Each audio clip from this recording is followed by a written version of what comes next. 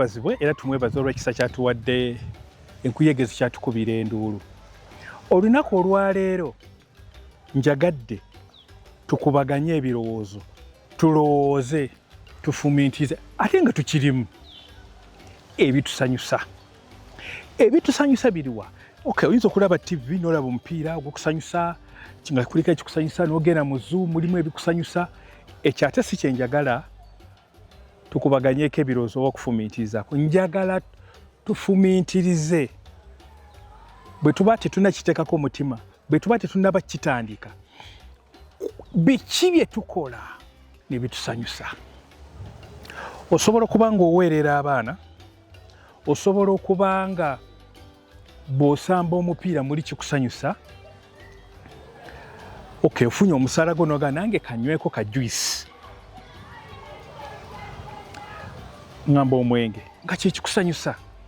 N'ate eriyo okusanyusa ng'oli akola ekimusanyusa.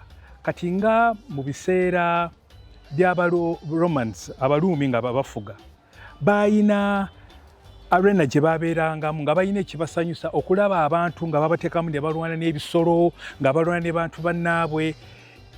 Eri abantu abasanyusibwa nga balaba balala nga batulugunyizibwa. Okwo ebitusanyusa, okwo sikkaanya nakwo, si kwawa Katonda. Tugende mu maaso. Eriyo okusima nga lubadde luzzi n'olusima, n'olaba abantu nga bakima amazzi ku luzzi luno gwe lwewateekawo. Eriyo oli ng'asasulidde abantu fiizi.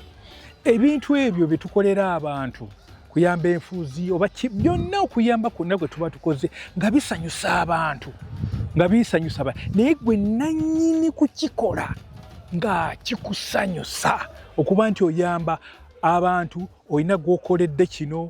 Naye ate tusooke twebuuze, ffe tulina ebitusanyusa ebiweesa Katonda ekitiibwa, naye ne Katonda yennyini alina ekimusanyusa, naye bw'akitunuulira bw'ati awulira essanyu nga Katonda nti bw'okkiriza omwana we Yesu Kristo n'omwetwalira ng'omulokozi, kati ye Katonda bw'akutunuulira ng'alaba wakkiriza omwana we Yesu, otambula naye, okola eby'obwakatonda ebiweesa ekitiibwa ye, ate ekyo kye kimusanyusa. Byonna byonna tukola ebitusanyusa, naye Katonda kyenkomyeko naye alina ebikola ki?